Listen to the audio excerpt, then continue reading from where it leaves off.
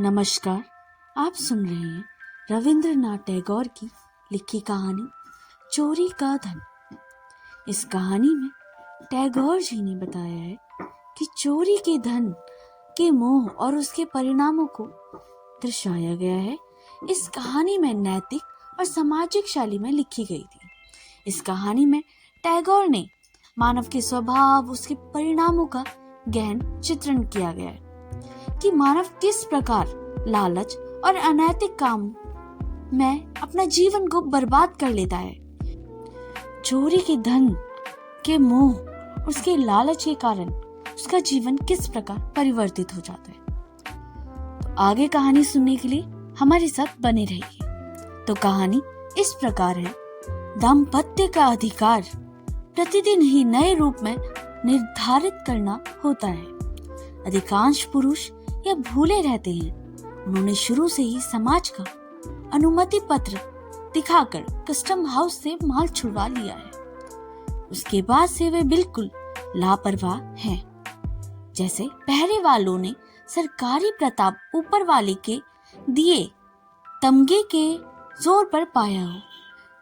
वर्दी उतरते ही वे अत्यंत अयोग्य हो जाते हैं।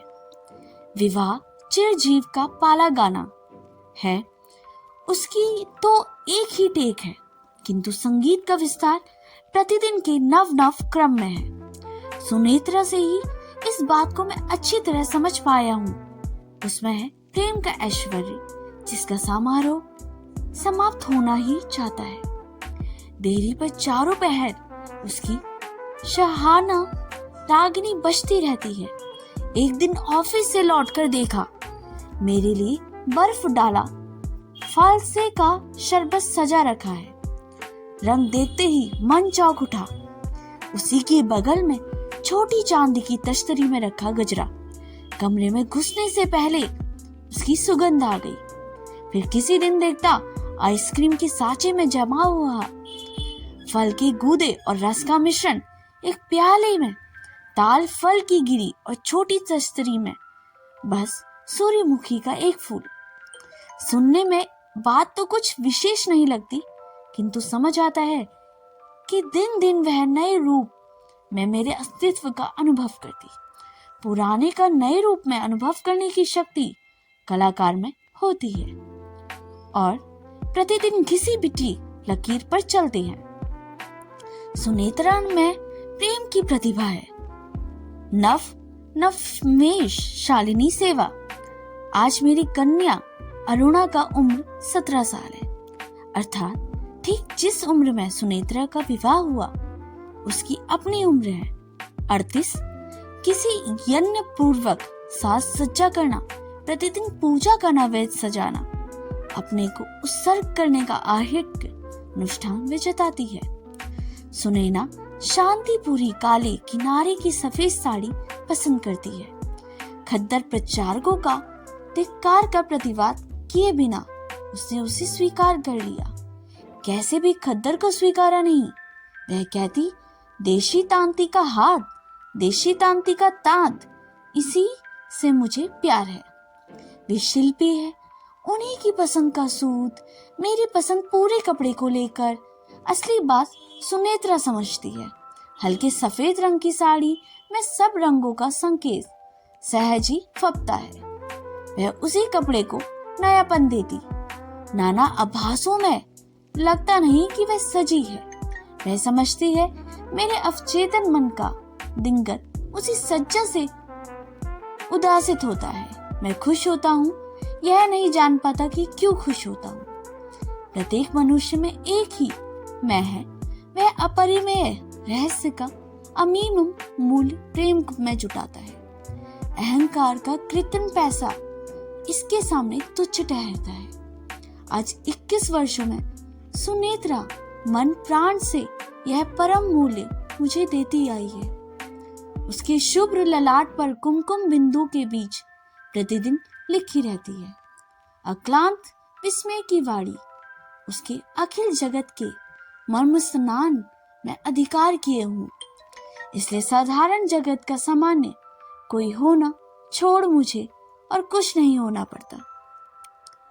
सामान्य को असामान्य रूप से आविष्कार करता है प्रेम। शास्त्र कहता है अपने को जानो, आनंद में अपने को ही जानता हूँ। और एक जन है जिसने प्रेम में मेरे अपने को जाना है। मेरे पिता थे किसी प्रसिद्ध बैंक के अत्यंत अधिनायक। मैं उसी का एक हिस्सेदार हुआ, जिसे सोता हुआ हिस्सेदार कहते हैं। ऐसा बिल्कुल भी नहीं है। ऑफिस के काम में जैसे चारों ओर मुझे लगाम से कस दिया हो। मेरे शरीर मेरे मन के साथ इस काम का तालमेल नहीं बैठता। इच्छा थी वन विभाग में कहीं परिदर्शक का पद दखल कर दूं, खुली हवा में दौड़ धूप करूं, शिकार का शौक मिटा लूं। पिताजी की दृष्टि रौब दाब की ओर थी। बोले जो काम मिल रहा है वह सहज में किसी बंगाली के भाग्य में नहीं चुकता। हार माननी पड़ी। इसके अतिरिक्त लगता है पुरुष के रौब दाब की चीज स्त्री के लिए मूल्यवान है। सुनेत्रा के जीजा अध्यापक है। उनकी इस इंपीरियल सर्विस से उनके स्त्री समाज का सिर ऊंचा रहता है। यदि कोई जंगली इंस्पेक्टर साहब बन 16 हैट बनाकर भाग बालू की खाल से जमीन ढक लेता है, इससे मेरी देह का गुरुत्व कम हो जाता है। उसी के साथ अन्य कई ऊंचे पदासीन पड़ोसियों की तुलना में मेरा पद गौरव घट जाता। क्या पता एक लघुत्व स्त्रियों की आत्माभिमान को कदाचित कुछ शुद्ध करता। इधर डेस्क में बंधी स्थारत्व के बोझ से देखते देखते मेरी यौवना धारा बोधरी होती जा रही थी। दूसरा कोई पुरुष होता तो उस बात को निश्चित मन से भूलकर तो उनकी परिधि विस्तार को दैव दुर्घटना नहीं मानता। मैं ऐसा नहीं कर सकता। मैं जानता हूँ सुनीता मुग्ध हुई थी, मात्र मेरे गुणों पर ही नहीं, मेरे देह सौष्ठ पर भी। विधाता की स्वरचित जिस वरमाला को गले में पहनकर एक दिन उससे वरण किया था, अवश्य ही प्रतिदिन की अभ्यर्थना में उसका प्रयोजन है। आश्चर्य है कि सुनेत्रा का यौवन आज भी अशून्य बना है। देखते ही देखते मैंने भाटा के ग्रास में चला जा रहा हूँ। बैंक में केवल रुपए जमा हो रहे हैं। हमारे मिलन में प्रथम अभ्युदय को फिर से एक बार प्रत्यक्ष आंखों के सामने मेरी कन्या अरुणा ले गई। हमारे जीवन का वह उषारूढ़ राग उनके तारुण्य के नव प्रभात में दिखाई दिया, जिसे देखकर मेरा समस्त मन पुलकित हो उठा। शैलेन की ओर कर देखता हूँ। मेरी उन दिनों की आयु उसके शरीर को आविर्भूत हुई है। यौवन की वही क्षिप्र शक्ति, वही अजस्र प्रफुल्लता, फिर प्रतिक्षण प्रहयत दुराश में मुरझाए उत्साह की उत्कंठा। उस दिन मैं जिस पथ पर चलता था वही पथ मेरे सामने था। वैसे ही अरुणा की माँ के मन में वश करने के अनेक उपाय उसे रचे थे। केवल मैं ही उसका यष्ट ध्यान आकर्षक नहीं कर सकता। दूसरी ओर अरुणा मन ही मन जानती कि उसके पिता कन्या के दर्द को समझते हैं। किसी दिन ना जाने क्यों दोनों आंखों में अदृश्य अश्रु की करुणा लिए मेरे पैरों की ओर मोड़े पर वह चुपचाप आ बैठती। उसकी मां निष्ठुर हो सकती है, मैं नहीं कह सकता। अरुणा के मन की बात उसके मां ना समझती हो, ऐसी बात नहीं, लेकिन उसका विश्वास था कि ये सभी प्रभात का मेघमंडल है, मेरे दिनों चढ़ते के विलीन हो जाएंगे। सुनेत्रा के साथ ही मेरे मत का मेल नहीं। भूख तृप्त ना देखकर भूख को मार दिया जाता है, लेकिन दोबारा जब पत्तल बिछेगी तब हृदय की रसना में नवीन प्रेम का स्वाद समाप्त हो जाएगा। मध्याह्न में भोर का सुर मिलाने जाकर वही मिलता। अभिभावक कहते हैं पहले विवेचना करने वाली उम्र हो, उसके बाद आदि आदि। हाय रे, विवेचना करने की अवस्था प्रेम करने की अवस्था को ठीक विपरीत दिशा में है। कई दिन पहले ही आया भरा बादर महाभादर, घोर वर्षा की आड़ में कलकत्ते की ईंट लकड़ी के मकान मुलायम हो आए। शहर की प्रखरता अश्रु गद्दर कंठर स्वर के समान वाष्पकूल हुई। उसकी माँ जानती थी कि अरुणा लाइब्रेरी के कमरे की परीक्षा की पढ़ाई में जुटी हुई है। मैं किताब लेने गया, देखा कि मेघाच्छन्न दिनान की सज्ज छाया में खिड़की के सामने वह चुपचाप बैठी हुई थी। तब तक उसके बाल बंधे नहीं थे। पुरवैया हवा के साथ वर्षा की छींटें उसके खुले बालों में पड़ रहे थे। मैंने सुनेत्रा से कुछ नहीं कहा। तभी शैलेन को चाय के लिए निमंत्रण पत्र लिख भेजा। अपनी मोटर उनके घर भेज दी। शैलेन आया। उसका अचानक आना सुनेत्रा को पसंद नहीं आया। यह समझना बहुत मुश्किल था। नहीं था। मैंने शैलेन से कहा, गणित पर मेरा जहां का तक अधिकार है, उससे आज के फिजिक्स की था नहीं मिलती, इसलिए तुम्हें खुला भेजा। क्वांटम थ्योरी यथाशक्ति समझ लेना चाहता हूँ। मेरी पुरानी विद्या बुद्धि में जंग लड़ रही है। कहना ना होगा कि विद्या चर्चा आगे नहीं बढ़ी। मेरा निश्चित विश्वास है कि अरुणा ने अपने पिता की चतुराई स्पष्ट ही भाप ली होगी और मन ही मन कहा होगा, ऐसे आदर्श पिता किसी दूसरे परिवार में आज तक नहीं हुए। क्वांटम थ्योरी के ठीक शुरू ही टेलीफोन की घंटी बजी। मैंने हड़बड़ाते हुए उठकर कहा, जरूरी काम से बुलाया है, तुम लोग एक काम करो, तब तक पार्लर टेनिस खोलो, छुट्टी मिलते ही लौट आऊंगा। टेलीफोन की आवाज आई, हेलो, क्या यह 1200 फलाना नंबर है?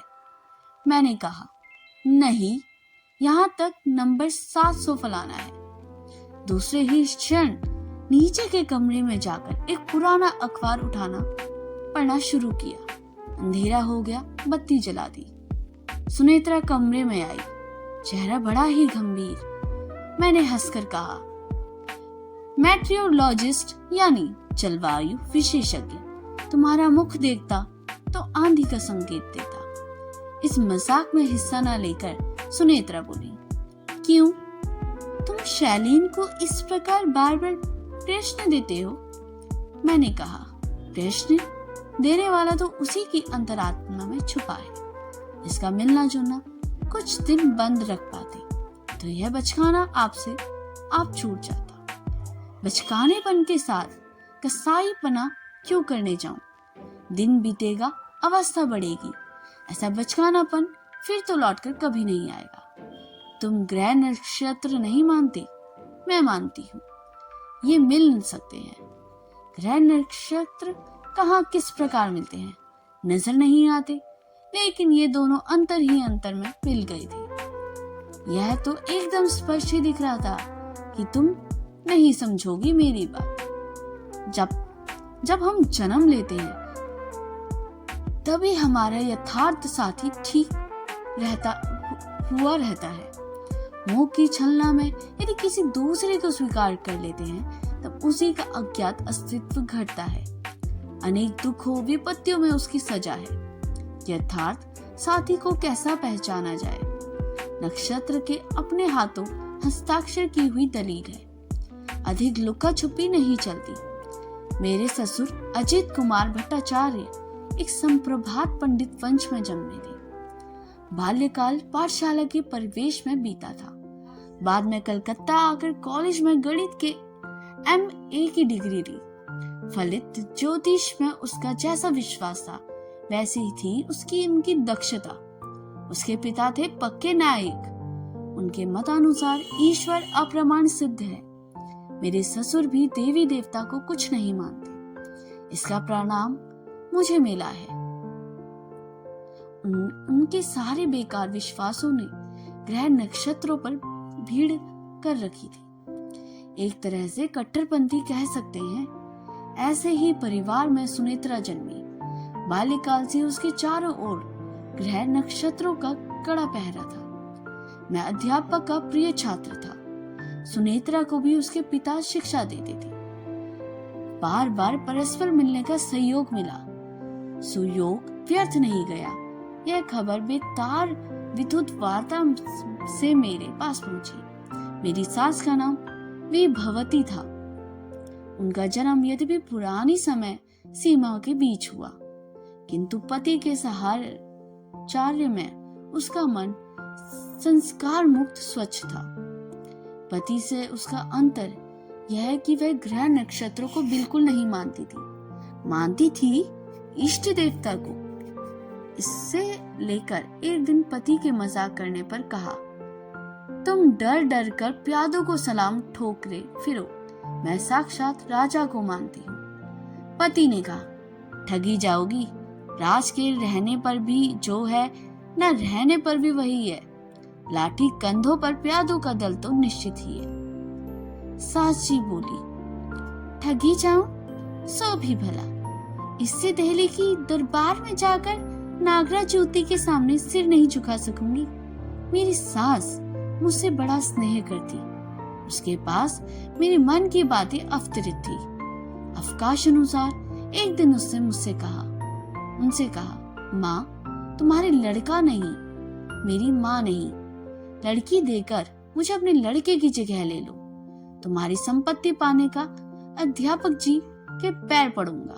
वे बोली, बेटा अध्यापक की बात बाद में होगी, पहले जन्म पत्री मुझे लाकर तो दो। मैंने वह दे दी।